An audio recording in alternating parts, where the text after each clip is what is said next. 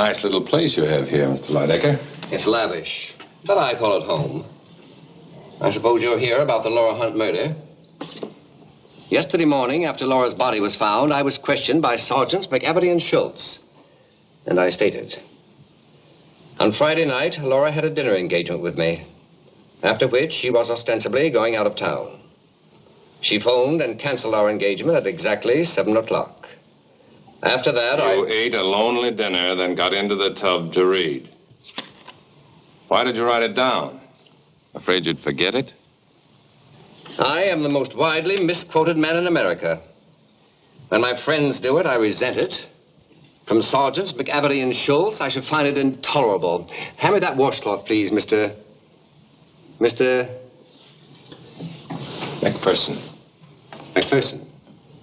McPherson. Mark McPherson. The siege of Babylon, Long Island. The gangster with the machine gun killed 3 policemen. I told the story over the air and wrote a column about it. Are you the one with the leg full of lead? The man who walked right in and got him? Yeah. Well. Hand me my robe, please. You have a pretty good memory, Mr. Lydecker. I always liked that detective with the silver shin bone. Thanks. I hope you won't have any reason to change your mind about me. Have you any more questions? Yeah, just one. 2 years ago, in your October 17th column, you started out to write a book review. But at the bottom of the column, you switched over to the Harrington murder case. Are the processes of the creative mind now under the jurisdiction of the police? You said Harrington was rubbed out with a shotgun loaded with buckshot. The way Laura Hunt was murdered night before last. Did I? Yeah. But he was really killed with a sash weight. How ordinary. My version was obviously superior. I never bother with details, you know. I do. Well, so long. Mind if I go with you? What for? Murder is my favorite crime. I write about it regularly. And I know you'll have to visit everyone on your list of suspects. I'd like to study their reactions. You're on the list yourself, you know. Good. To have overlooked me would have been a pointed insult. You're not the sort of man one would insult, Mr. Lydecker. Do you really suspect me? Yes. McPherson, if you know anything about faces, look at mine. How singularly innocent I look this morning. Have you ever seen such candid eyes? Something you confiscated in a raid on the kindergarten? Takes a lot of control. Would you like to try it? No, thanks. Were you in love with Laura Hunt, Mr. Lydecker? Is she in love with you? Laura considered me the wisest, the wittiest, the most interesting man she'd ever met. I was in complete accord with her on that point. She thought me also the kindest, the gentlest, the most sympathetic man in the world. Did you agree with her there, too? McPherson, you won't understand this. But I tried to become the kindest, gentlest, the most sympathetic man in the world. Have any luck? Let me put it this way. I should be sincerely sorry to see my neighbor's children devoured by wolves. Shall we go?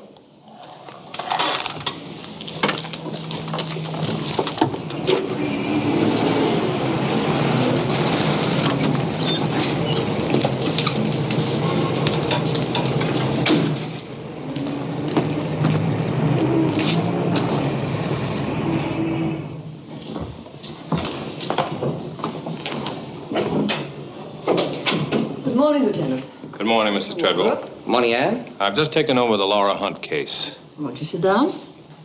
Thanks. I have all the reports, but there are a few more questions I'd like to ask. Why, certainly. I'll do anything I can to help. You were fond of your niece, Mrs. Treadwell? Why, I adored her. Cigarette? Thanks. You collapsed when you identified the body. Can quite understand that. Shotgun loaded with buckshot, close range. Not very nice to look at. It's horrible. Her maid, Bessie. I suppose she was devoted to Miss Hunt? She worshipped her. Laura had had her for years. I'll never forget her scream when she saw Laura lying there. Did you approve of Miss Hunt's coming marriage to Mr. Carpenter? Why? Shouldn't I approve? I don't know. What is your relationship with Mr. Carpenter? What do you mean? What I mean is he's been a frequent guest in your home. Is he an acquaintance, friend? Are you in love with him? This is beginning to assume fabulous aspects. Oh, shut up, Waldo. What are you driving at? The truth, Mrs. Treadwell, are you in love with him? I know. I'm very fond of Mr. Carpenter, of course. Everybody is. I'm not. I'll be hanged if I am. Oh, don't be so annoying, Waldo. Did you give Mr. Carpenter money? What do you mean? A couple of checks went through your account endorsed by him. One on May 15th for $250, one on May 22nd for $400. Oh, that.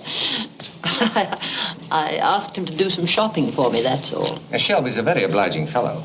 For some time also, you've been withdrawing various amounts in cash. Sometimes $1,500, sometimes $1,700 at a clip. Yes. I needed that money. The day you took out $1,500, Mr. Carpenter deposited $1,350. When you withdrew $1,700, he deposited $1,550. Maybe they were shooting crap. Oh, must I be insulted like this? I'm sorry, Mrs. Treadwell, but I have to find out about these things. Shelby needed some money, and I lent it to him, that's all. Well, after all, it is my money. I suppose I can do as I please with it. Of course. Now, on Friday night, Mrs. Treadwell, you stayed home alone all evening. Yes. Why didn't you go to the concert with Shelby? Because he didn't ask me. We were just talking about you, Carpenter. What a coincidence to find you here. This is Lieutenant McPherson. Oh, how do you do, Lieutenant?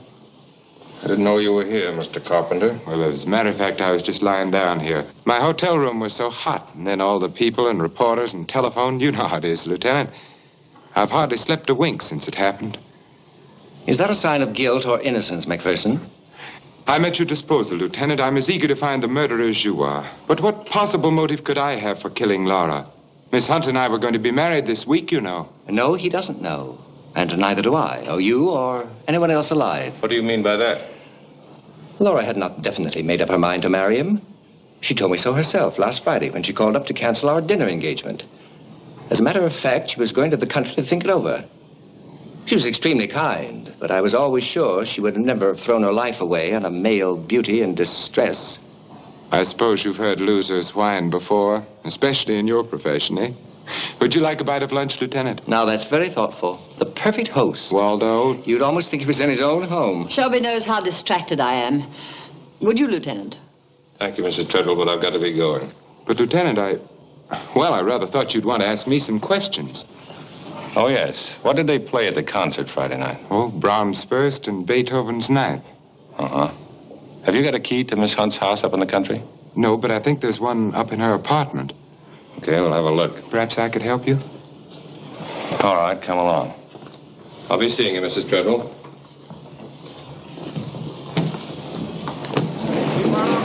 Extra, girl, victim and brutal slave. Extra, girl, victim and brutal slave. Read all about it, girl, victim and brutal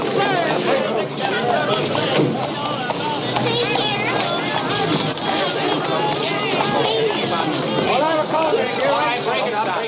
Keep going. I stole...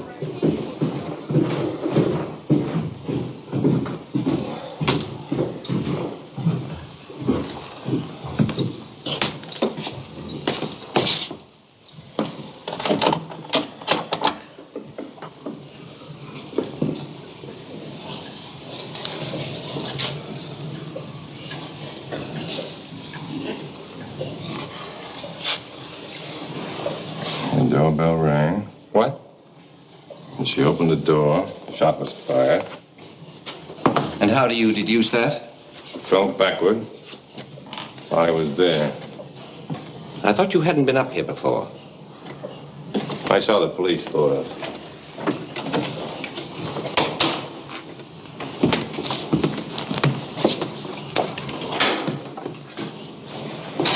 I guess I better try and find that key. McPherson, tell me, why did they have to photograph her in that horrible condition? When a dame gets killed, she doesn't worry about how she looks. Will you stop calling her a dame? Look around. Is this the home of a dame? Look at her.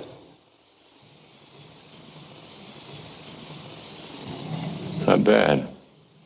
Jacoby was in love with her when he painted it.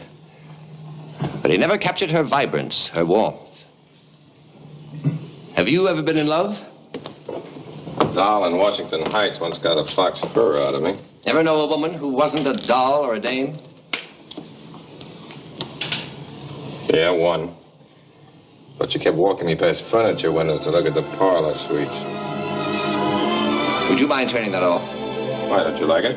It was one of Laura's favorites. Not exactly classical, but sweet. You know a lot about music? I don't know a lot about anything, but I know a little about practically everything. Yeah? And why did you say they played Brahms first and Beethoven's ninth at the concert Friday night?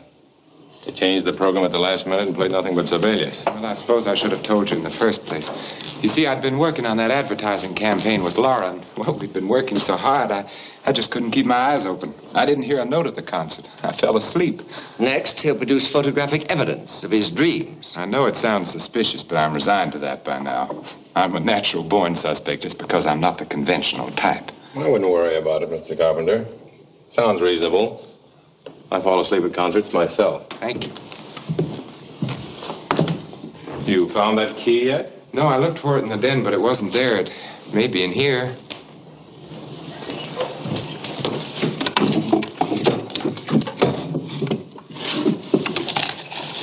Yes, here it is. I knew there must be one around somewhere. The police are very fussy about their inventories. That key isn't on the list of things that were in that drawer yesterday. Then it's made a recent reappearance. You put it there, didn't you? Yes. Why?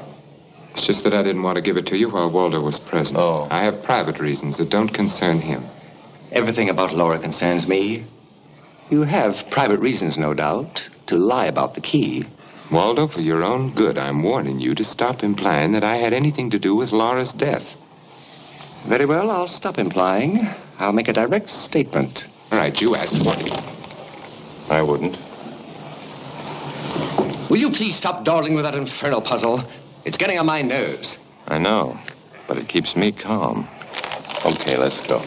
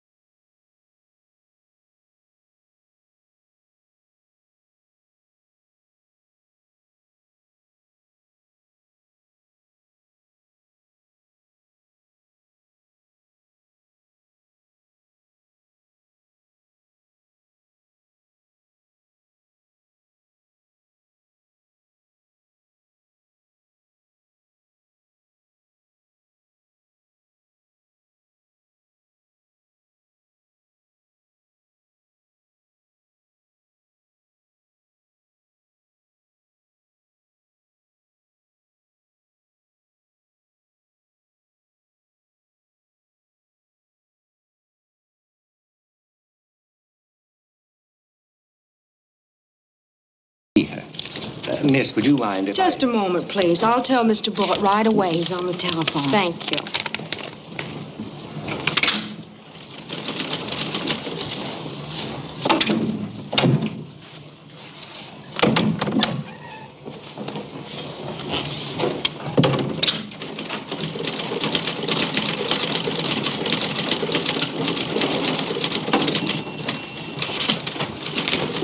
Boy, Waldo Lydecker to see Miss Laura Hunt. Announce me. Johnny, please tell the gentleman I'm busy.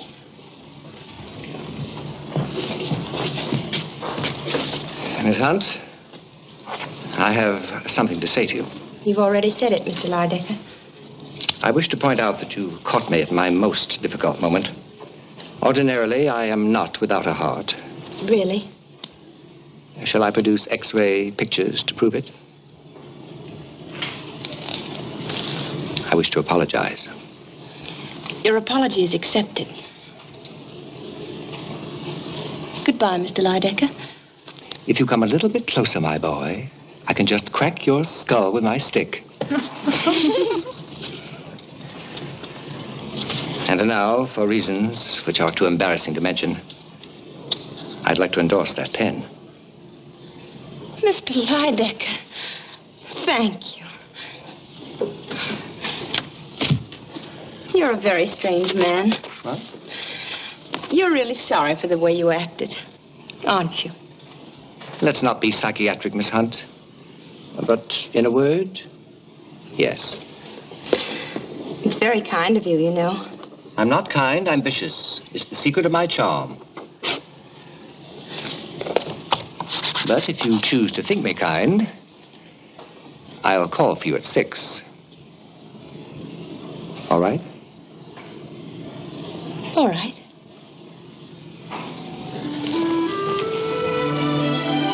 Her career began with my endorsement of the pen. I secured other endorsements for her, introduced her to important clients. I gave her her start, but it was her own talent and imagination that enabled her to rise to the top of her profession and stay there. She had an eager mind always. She was always quick to seize upon anything that would improve her mind or her appearance. Laura had innate breeding.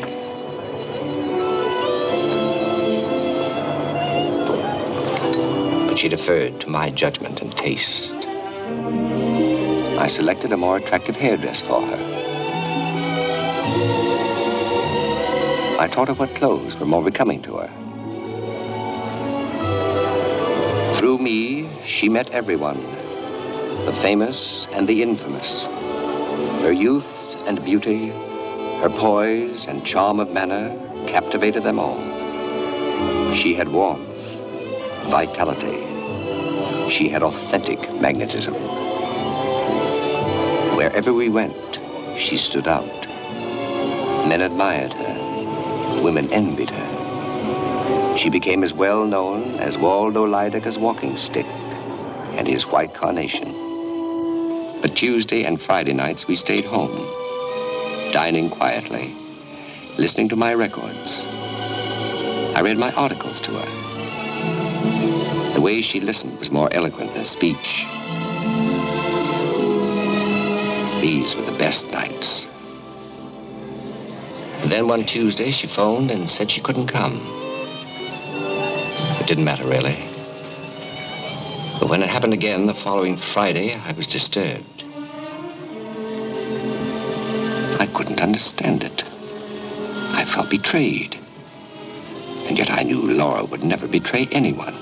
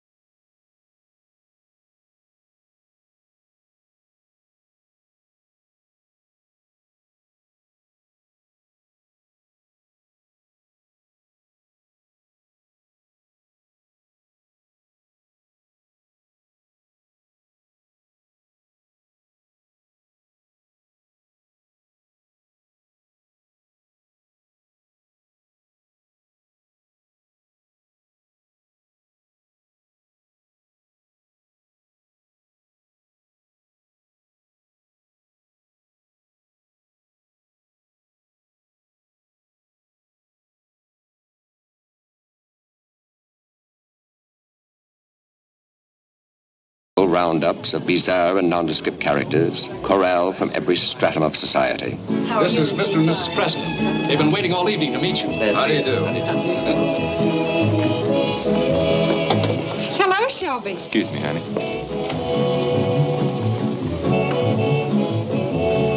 You're Laura Hunt. Yes. Hello. I'm Shelby Carpenter. Want to dance? I'm not alone. Oh, him? I bet he's still doing the polka. Excuse me, please. Yes. Betsy Ross taught it to me. Hello, darling, how are you? I see you've met Shelby. Hello. Unavoidably. He was awfully nice to me in Louisville at the Derby. His family's from Kentucky. Sharecroppers, no doubt.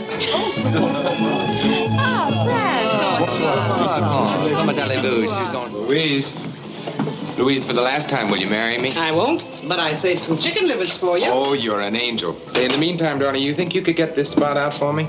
I can afford a blemish on my character, but not on my clothes. Could need another mouth. I'm afraid it's rouge. I'm afraid it's liquor. Oh, may I have a glass of milk from Mr. Lydecker? Of course, Miss Hunt. I forgot to tell you, I also read palms. I cook, I swallow swords, I mend my own socks, and never eat garlic or onions. What more can you want of a man? Don't listen to that scallywag, Miss I didn't Hunt. expect to find him here, Louise. Well, what do you mean? We're old friends. She feeds me, humors me, repairs me, and refuses to marry me, don't you, honey? I do. She has good sense. Now, wait just a minute. Thanks, Louise. You're wasting your time. She's got good sense, too. You're jealous. And what does it feel like, Mr. Carpenter? What does what feel like, Miss Hunt?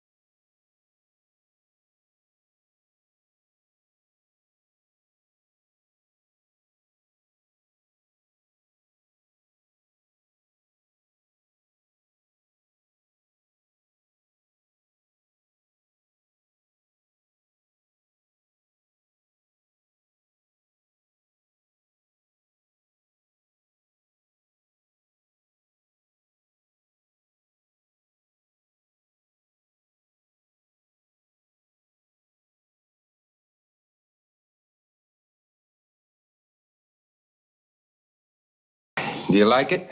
Do you think it'll make people want to bathe more often? It should. It's excellent.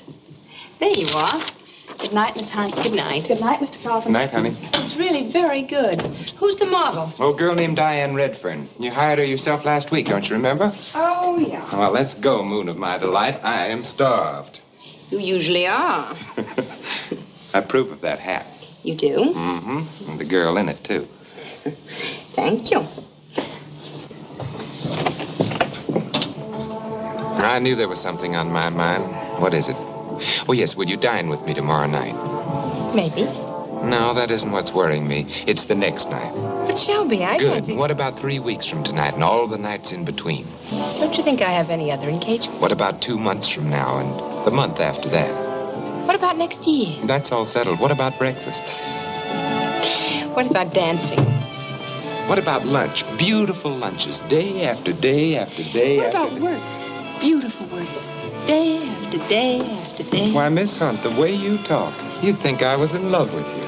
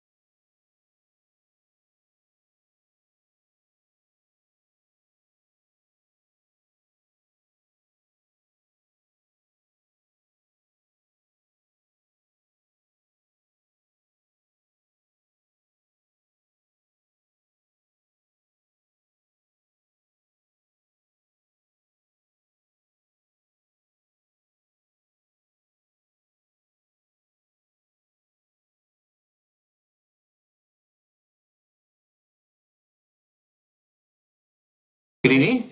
I'm sorry, Mrs. Treadwell is not home. We know, dear.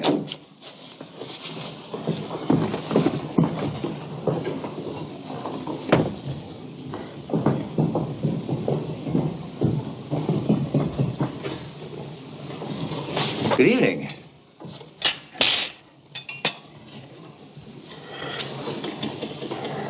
Hello, darling. I didn't expect to see you tonight. There you are, my dear. In a moment of supreme disaster, he's trite. You've been reading too many melodramas, Waldo. I was just telling Anne about our getting married. Well, have you two had dinner? Would you like a glass of wine? Why don't you sit down?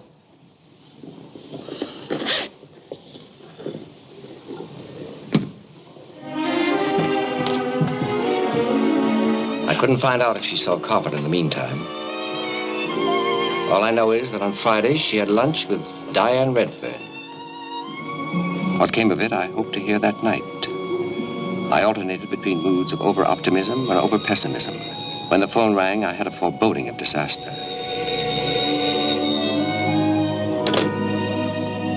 I called to tell you, Waldo, I'm frightfully sorry. I can't have dinner with you tonight.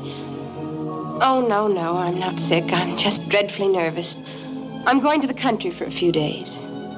Yes, I'm afraid it's about Shelby. Oh, no, please, there's nothing you can do. I've got to think this thing out for myself. I'm sorry. I'll call you when I get back. Goodbye. It was the last time I ever heard her voice. I was sure she had too much pride to forgive him. But Where does this Diane Redfern live? Brooklyn somewhere. She's in the phone book. Come on, it's late. Let's get going. Waiter. Yes, sir. All right. Thank you, Mr. Lydecker. Good night.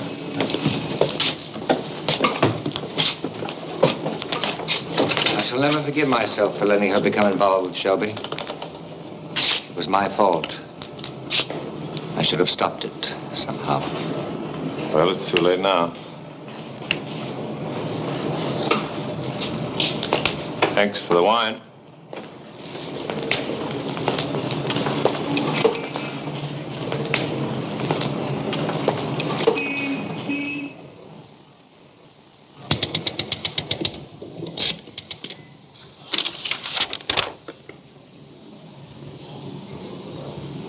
Hello, Miss Gonies. This is Lieutenant McPherson, Homicide Bureau. Laura Hunt had been buying her liquor from you for several years, hadn't she? Yeah. Did she ever buy a brand of scotch called Black Pony? Yeah. I see.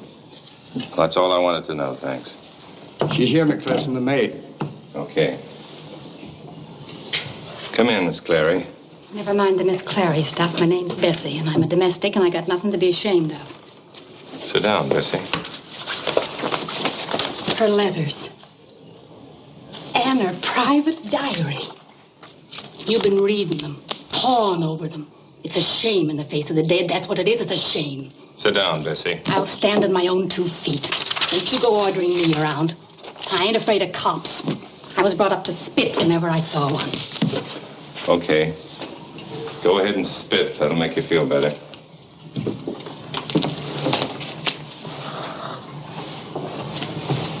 What do you want to know? What we all want to know. Who killed Laura Hunt?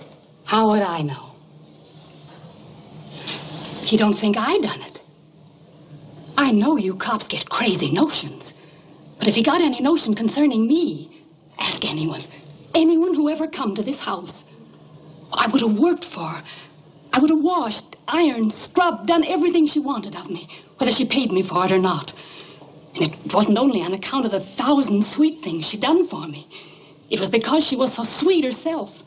Because she was a real fine lady. But you cops wouldn't know about that. But you do. That's all the more reason why you should help me, Bessie. Do you happen to know how this got into her liquor cabinet? I put it there. But she never bought cheap stuff like that. Not a lady like Miss Hunt. No. When did you put it in the cabinet? Saturday? Before the police came. Was it there Friday night before you left? No. Are you sure of that? I cleaned out the cabinet on Friday and put the empties in the basement. And somebody was with her in the apartment Friday night. Someone who brought that bottle. Yes. Who? I don't know. But I didn't want anyone getting any wrong ideas about her. God rest her soul.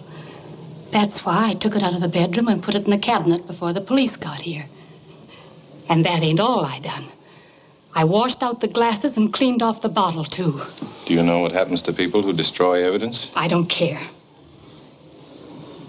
You ain't gonna tell the newspaper reporters, are you? And let them make up their nasty stories and drag her name through the mud? Go ahead. But it won't do you any good. I'll say you lied. I'll say you Take come it here. easy, Bessie. Get me some ice and a setup, will you? All right. A couple of highball glasses.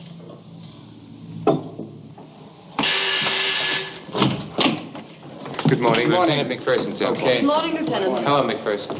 This is quite a delegation. I only sent for you, Carpenter. I know. Well, Shelby's dropping me off at the hairdresser's later, so I thought I might as well come along. My excuse is equally feeble.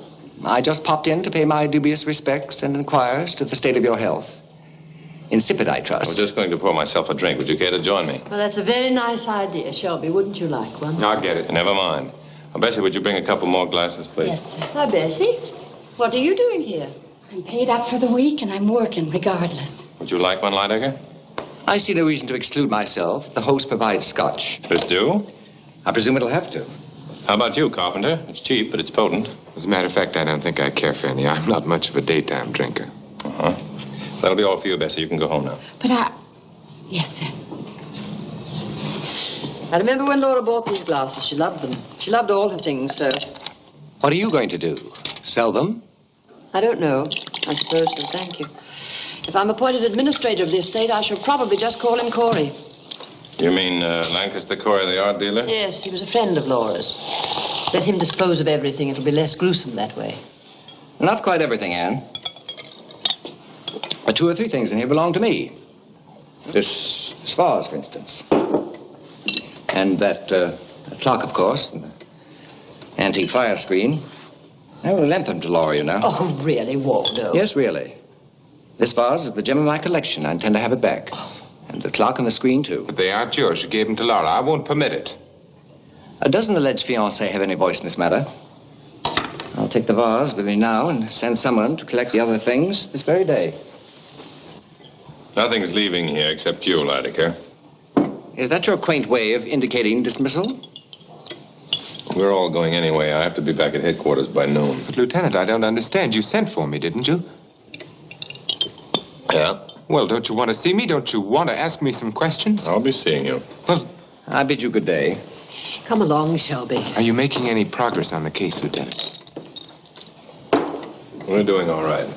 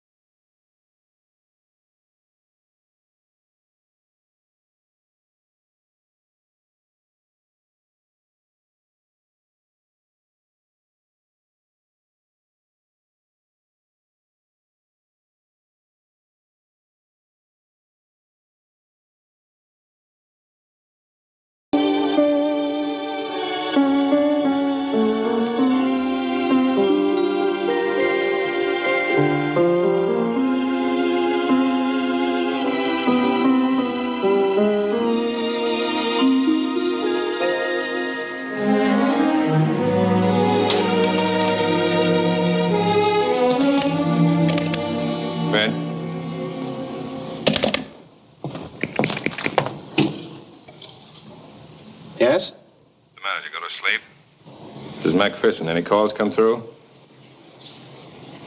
Well, keep listening. No, nothing new.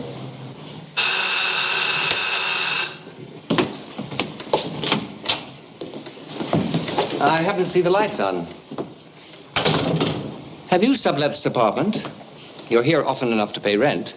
Any objections? Yes. I object to you prying into Laura's letters, especially those from me. Why? Yours are the best in the bunch. Thanks. But I didn't write them to you. Haven't you any sense of privacy? Murder victims have no claim to privacy. Have detectives who buy portraits of murder victims a claim to privacy? Lancaster Corey told me that you've already put in a bid for it. That's none of your business. McPherson, did it ever strike you that you're acting very strangely? It's a wonder you don't come here like a suitor with roses and a box of candy. Drugstore candy, of course. Have you ever dreamed of Laura as your wife? By your side at the policeman's ball or in the bleachers? Or listening to the heroic story of how you got a silver shin bone from a gun battle with a gangster? I see you have. Why don't you go home? I'm busy. Perhaps we can come to terms now. You want the portrait? Perfectly understandable. I want my possessions, my vase, my clock, and my screen. Also perfectly understandable. Now, if you... Get going. You better watch out, McPherson, or you'll end up in a psychiatric ward. I don't think they've ever had a patient who fell in love with a corpse.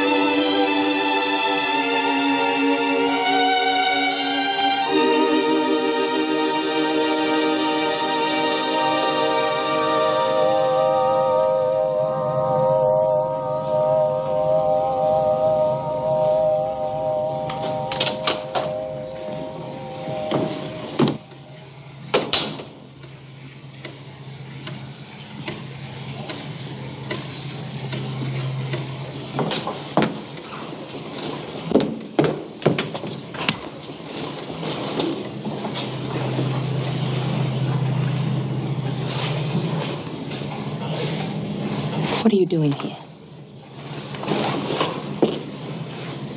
You're alive. If you don't get out at once, I'm going to call the police. You are Laura Hunt, aren't you? Aren't you? I'm going to call the police. But I am the police. Mark McPherson. What's this all about? Don't you know? Don't you know what's happened? No. Haven't you seen the papers? Where have you been? Up in the country, I don't get a newspaper. Haven't you got a radio? It was broken. What?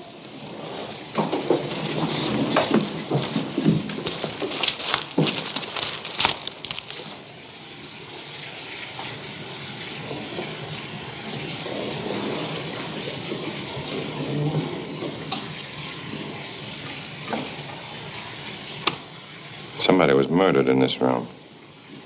Do you have any idea who it was? No. Who had a key to your apartment? Nobody. You sure? When did it happen? Friday night. What are you going to do now? Find out who was murdered. And then find the murderer. You better take off those wet clothes. You might catch cold.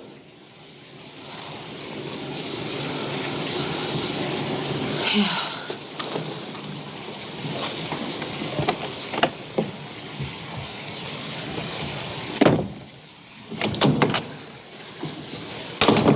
found this in my closet. It's Diane Redford. It wasn't here when I left. She's one of our models. Just about my size. Beautiful, wasn't she? Do you suppose... Sit down, please.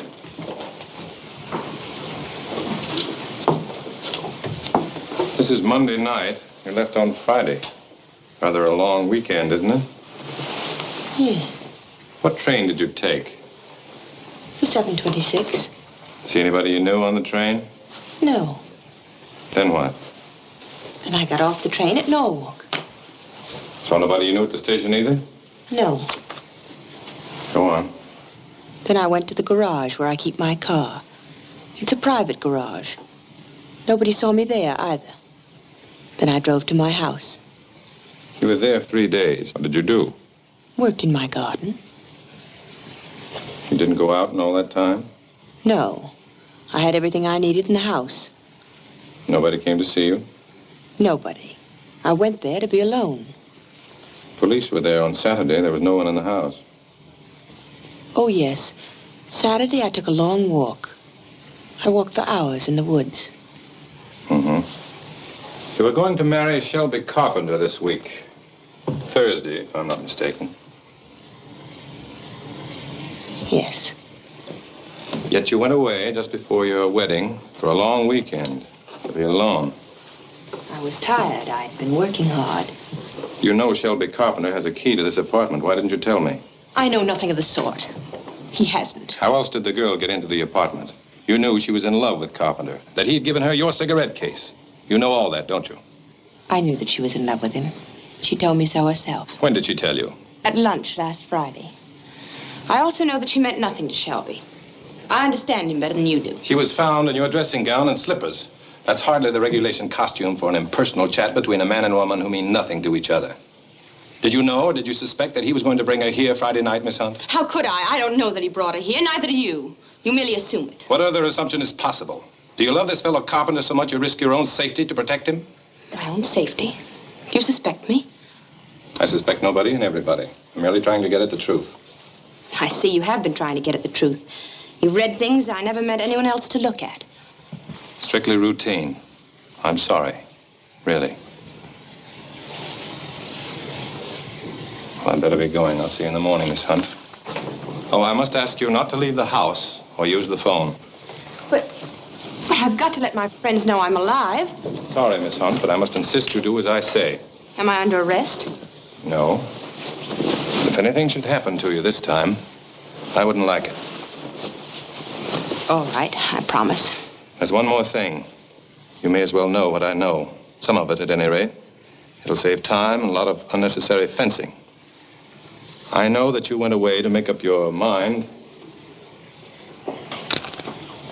whether you would marry Shelby Carpenter or not.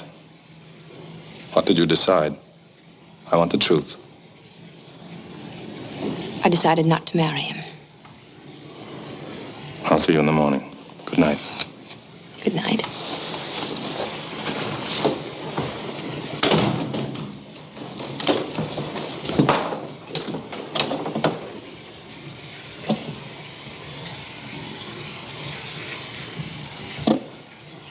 Really?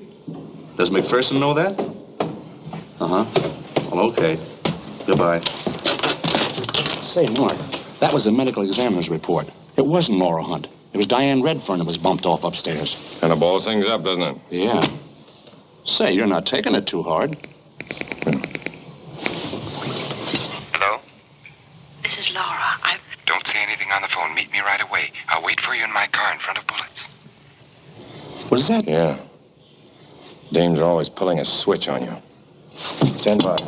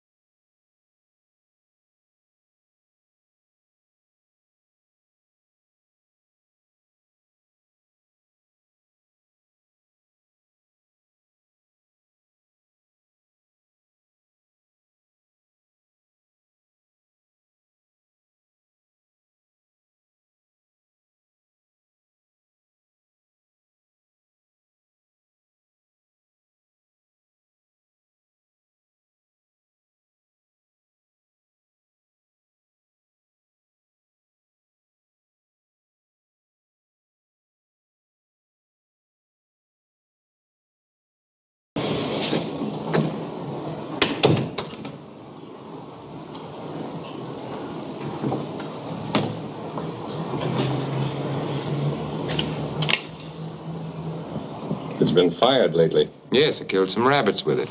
When? Oh, a while back. I don't know exactly. You know about guns, don't you? Yes. How come you didn't clean it afterward? I don't know. I forgot, I suppose. Your initials?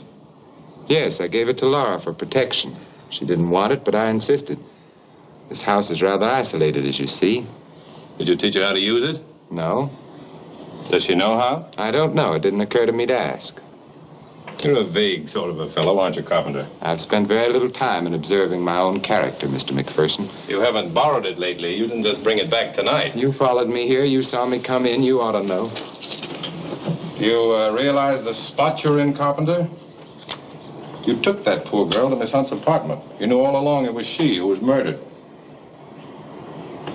Didn't you know Laura Hunt would come back any day and spill the whole thing? Or did you plan to kill her, too? Hide the body someplace and cover up your first crime? You're being fantastic, McPherson. You took a bottle of Black Pony to her house Friday night. I took it there over a week ago. Bessie says it wasn't there Friday night. It was Saturday morning. I can't help what Bessie said. Where's the key to her apartment? I haven't got it. What did you do with it? Give it back to her tonight? I never had one. Okay, you didn't take the bottle of scotch to her house Friday night, and you haven't got a key to her apartment. How did you get in? Well, you had a key, and I know it. Now, come on, Carpenter, spill it. Laura kept a duplicate key at her office. I went over and got it. I'd asked Diane to dine with me. I wanted to have it out with her once and for all. You know, she thought she was in love with me. Well, we couldn't go on talking in public places. She was too upset. I couldn't go to her room, and I didn't want to take her to my hotel, so we went to Laura's. Yeah? We talked there for about 3 hours, and then the doorbell rang, and... Go on. Diane was frightened, but knowing Laura as I've known her, I've learned to be surprised at nothing. What do you mean by that? Well, her friends would come to her with their troubles at all hours of the day or night. I asked Diane to answer the door. Why didn't you go yourself? Well, supposing one of Laura's friends had found me there. Why open the door at all? Well, they must have seen the light. What about the girl, Diane? What about her reputation? Well, I asked her to tell them that Laura had entered the apartment while she was away. Anybody that knew Laura would have believed that. Yeah, go on. Well, then the doorbell rang again. I could hear Diane's mules, Laura's they were, clattering across the bare boards between the rugs. Then there was a moment's silence, and then a shot. It was an awful explosion. By the time I reached her, the door was closed. She lay there on the floor. You got to see who it was? No, I was too confused, too horrified, incapable of doing anything. The room was dark. I saw only a vague heap lying on the floor. I don't think I fully grasped the situation. I think I called her name, but I'm not sure. I remember kneeling on the floor, feeling her heart. My first instinct was to call the police. Why didn't you? I don't know. Or rather, I was afraid, not only for myself, but for Laura. In a panicky sort of way, I felt that I must keep out of this, to keep Laura out of it. Oh, I know now how foolish and hopeless it was, but there was only one thing on my mind. The safety of a person whose life was dearer to me than my own. Don't you understand that? Did you think Laura had done it? Did you? I don't remember what I thought. Do you think so now? No. But you didn't? No. On Saturday, when our men went to the hotel to tell you that Laura was dead, you seemed sincerely shocked. I was. I hadn't expected that mistake. But you had your alibi ready, no matter who was dead. Yet you knew the minute Laura got back, it wouldn't stick. Don't you see? I was incapable of thinking that far ahead. I was incapable of thinking at all. I was groping for some way to keep Laura's name out of it. I was heartbroken about Diane and panic-stricken about Laura. I haven't slept a full 2 hours since this thing happened. Let's get back to the present. What did you and Laura talk about tonight? I told her the whole story, just as I've told you. She phoned you after she promised me she wouldn't call anybody. What did she want? It's perfectly natural she should want to see me, especially after what's happened. Why don't you tell the truth, Carpenter? She sent you here to get rid of this gun. She did not. It was my own idea. She doesn't even know I'm here.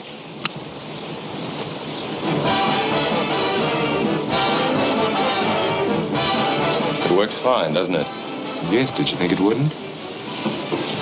I hoped it wouldn't. All right, let's go.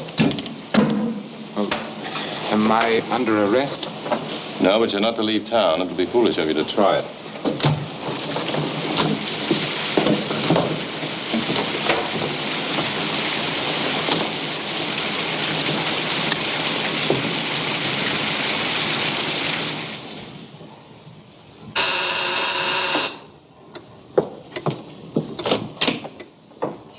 morning.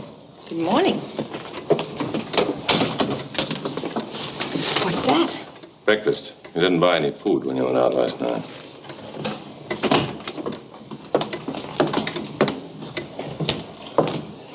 I'll pick some bacon and eggs. Can you make coffee? Suppose you set the table while I get breakfast. Do you always sound like this in the morning? Well, tell me you can cook. My mother always listened sympathetically to my dreams of a career. And then taught me another recipe. Don't move.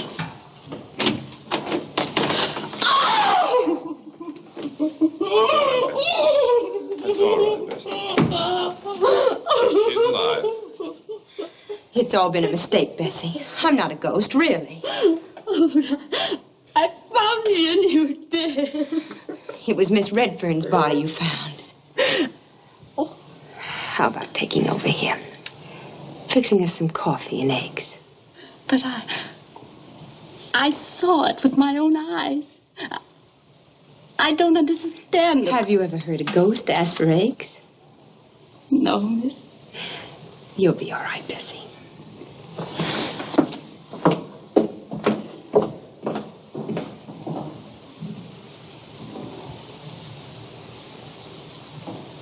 Somebody should have warned her.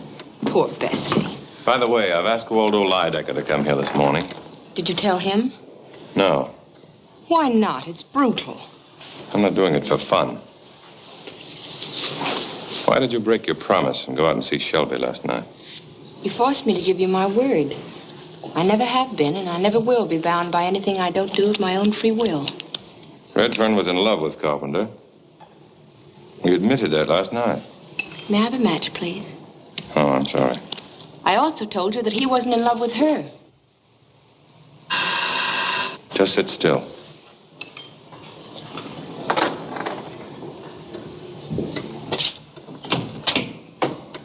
Hello, Lieutenant. Morning, my darling. Hello, dear. Ah. Thank you. Oh, it's on again. Do I have to get a permit from the police department to kiss my fiancée good morning? So he made you change your mind. Speaking of changing one's mind, Mr. McPherson, I have just come from my lawyer. Yeah? Did he tell you how much you get off for good behavior? No, but he told me that anything I may have said last night was said under duress and can't be used against me. Besides, none of it was true. Smart lawyer you've got, Carpenter. Maybe he told you how that scotch got up here Friday night after you'd bought it at Mosconi's. Maybe it was the lawyer who brought Diane Redfern up here. Maybe...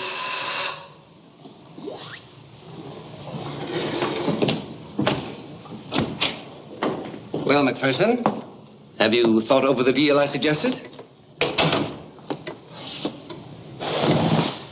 Waldo.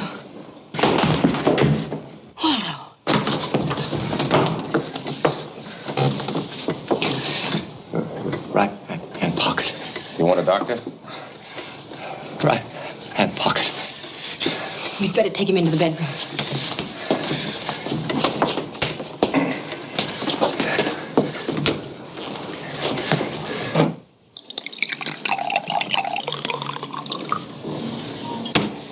What? Don't try and say anything, dear. Just be quiet. You know, I think this is carrying things too far. Your methods are vicious. There ought to be a law against it. Yeah? How does he feel now? It was a terrible shock, poor darling. Don't tell me you're in love with him, too. Look here, fella. You're not to talk that way to Miss Hunt. Shut up. Why do you cover up for a guy like him? Don't answer him, Laura. What story did he tell you last Don't night? answer him. Let him talk to our lawyer. Our lawyer. So now you're covering up for each other. Look at him, Laura. He's beginning to crack up. He'd use anything to make an arrest just so he can be a big shot in the headlines. I've got enough on you to arrest you right now. Quick, McPherson, the handcuffs. Trundle him off to the Hoosgow. You keep out of this. But you'll look nice in bracelets, Carpenter. Why don't you get down on all fours again, Waldo? It's the only time you've ever kept your mouth shut. I hope you'll forgive my wee touch of epilepsy, my dear. It's an old family custom. Well, McPherson, what does Laura's resurrection do to you? Too bad Diane Redfern can't be resurrected. I'm afraid I've interrupted what you call a pinch. Do your duty, McPherson. You know, Lydecker, you've made me change my mind. For the moment. Well, in that case, we'll have time for a little get-together. You better order some liquor and some food, Laura. What for? People are coming to celebrate your return. Anne, Bullet, and Corey, everybody. Who asked them to come? I did, when I wasn't there. I phoned my man, and he's calling everyone. Why did you do that, Waldo? A sense of the fitness of things, my dear. Perhaps our friend can weave all the loose ends into a noose. Eh, McPherson? Sorry you went through all that trouble. I've already called.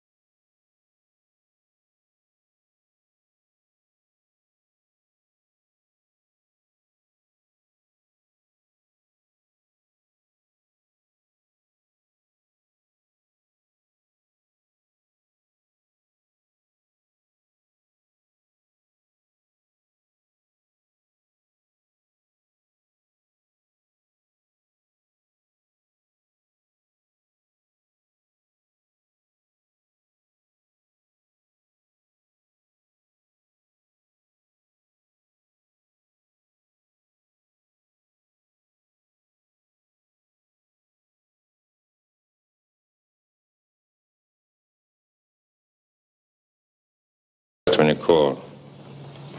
No, I can't tell you now. I'm not alone. You'll see when I come in. Right.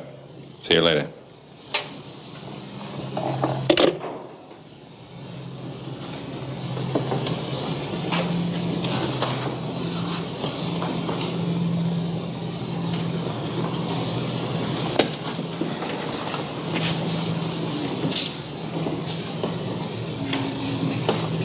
All right, let's go.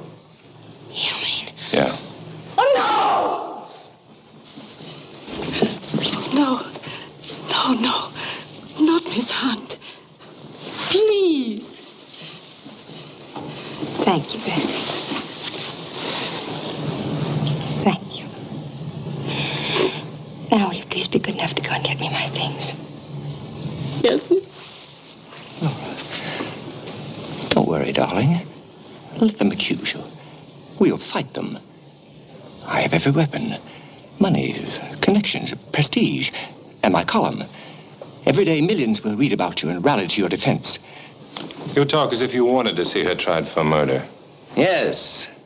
Rather than let you blacken her name with suspicions and rumors, try to prove her guilty. Get on the witness stand with your poor shreds of evidence. I'll expose your cheap methods you used on her.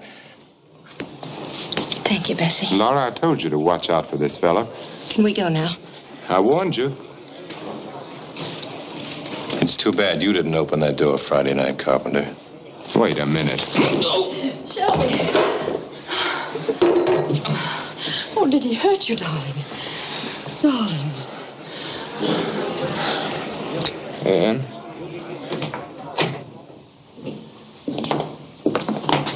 Come in.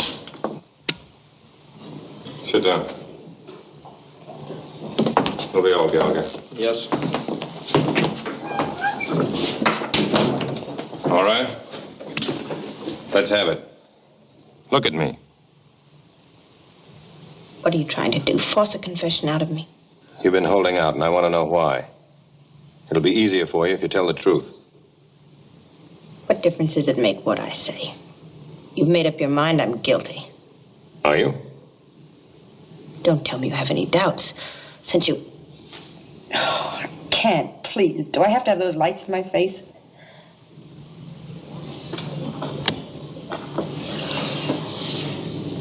Thanks. No, I didn't kill Diane Redfern. Or anyone else. Then why? Why did you tell me the radio at your country place was broken? Because it was broken. Not when I tried it. Just as I was leaving the village, I asked the local handyman to fix it. How did he get in? I always leave a key under the flower pot on the porch. You're too intelligent to make up something I could check so easily. But you're intelligent enough to have broken it yourself, to strengthen your story. The main thing I want to know is why you pulled that switch on me about Carpenter. You told me last night you decided not to marry him. Yes, I guess I did. But today it was on again. Why? Well, I changed my mind. What are you trying to hide? Don't you realize you're involved in a murder? You've got yourself in a jam it's not going to be easy to get out of, unless you're on the level with me. This is no time for secrets. Now, did you really decide to call it off? Or did you just tell me that because you knew I wanted to hear it?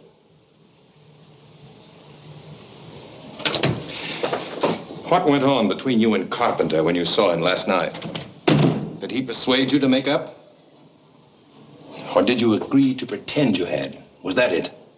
Well, that is, both of us thought... He convinced you that if you broke the engagement now, people would think you believed he was guilty. Yes. But now I know it was only because he thought I was. Did you believe he was guilty? No, I'm sure he isn't. But he'd gotten himself into an awfully suspicious position. And he's the sort of man that people are always ready to believe the worst about. Are you in love with him?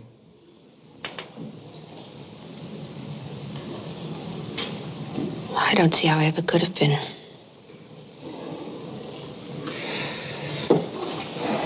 Come on, you're going home. I thought I was... That's what I wanted you to think. You and a few others. I didn't even book you. You mean this was some sort of a game? I was 99% certain about you. But I had to get rid of that 1% doubt. Wasn't there an easier way to make sure? I'd reached a point where I needed official surroundings.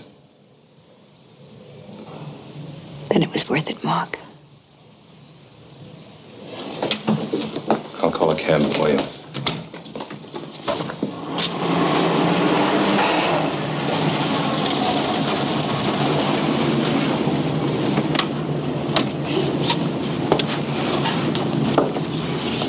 Good night. I'll see you tomorrow. Good night, Mark.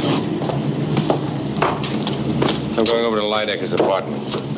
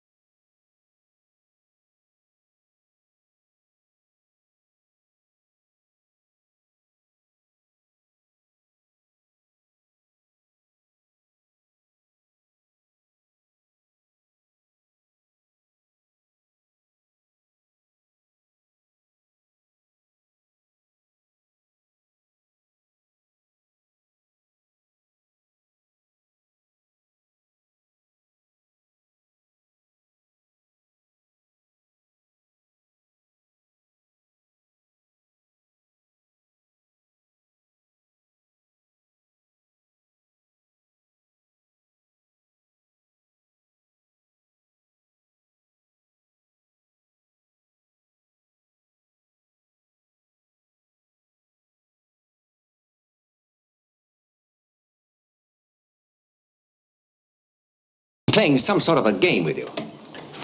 I don't think so. I don't deny that he's infatuated with you in some warped way of his own. But he isn't capable of any normal, warm, human relationship. He's been dealing with criminals too long. When you were unattainable, when he thought you were dead, that's when he wanted you most. But he was glad when I came back. As if he were waiting for me. Do you know what he calls women? Dames. A dame in Washington Heights got a fox fur out of him. His very words. That doesn't mean anything. He isn't like that. Laura, you have one tragic weakness. With you, a lean, strong body is the measure of a man. And you always get hurt. No man is ever going to hurt me again. No one. Not even you. I? Hurt you? Laura, look at me. When a man has everything in the world that he wants, except what he wants most, he loses his self-respect. It makes him bitter, Laura. He wants to hurt someone as he's been hurt. You were a long time in finding out about Shelby. But that's over now. We'll be back together again. Haven't you heard of science's newest triumph, the doorbell? I don't like to remind her. That was the murderer's signal. Did you eavesdrop too? I hope. I thought you'd like to know. We tested your shotgun. It isn't the one. Now that's what I call a typical move. A real key to the man's character. First he tells you that he thinks you're innocent, then proceeds to check up on you. I report that I think she's innocent.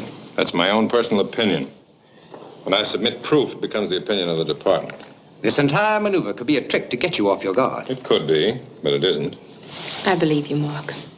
It's the same obvious pattern, Laura. If McPherson weren't muscular and handsome in a cheap sort of way, you'd see through him in a second. Waldo, I mean to be as kind about this as I know how. But I must tell you, you're the one who follows the same obvious pattern.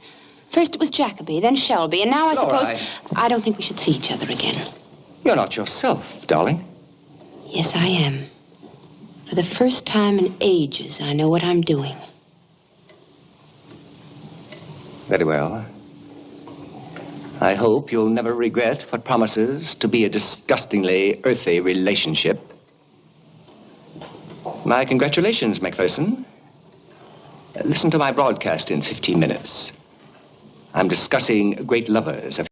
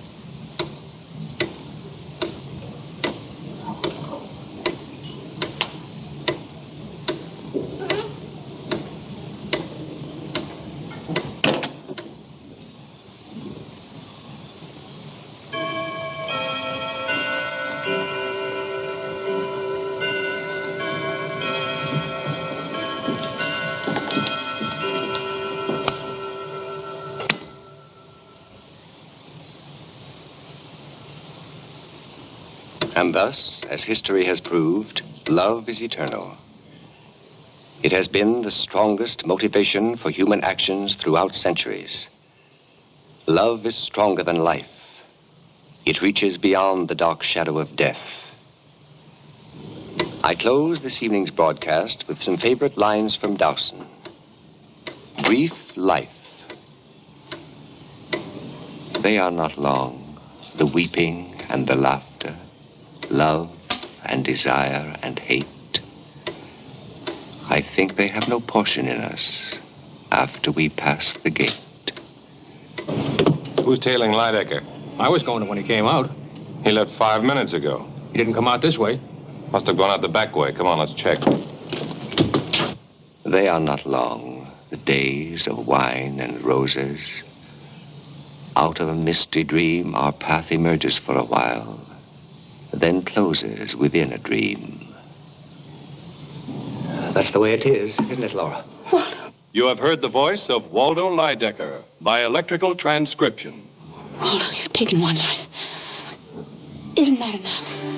The best part of myself. That's what you are. Do you think I'm going to leave it to the vulgar pawing of a second-rate detective who thinks you're a dame? Do you think I could bear the thought of him holding you in his arms, kissing you, loving you? Laura! It's Mark. Open the door. There he is now. Laura! Find us together, Laura. As we always have been. As we always should be. As we always will be.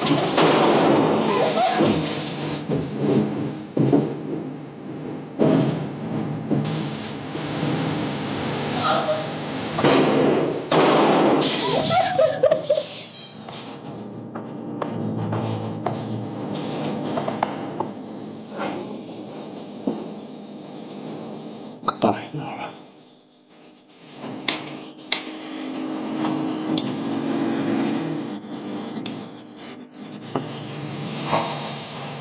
Goodbye, my love.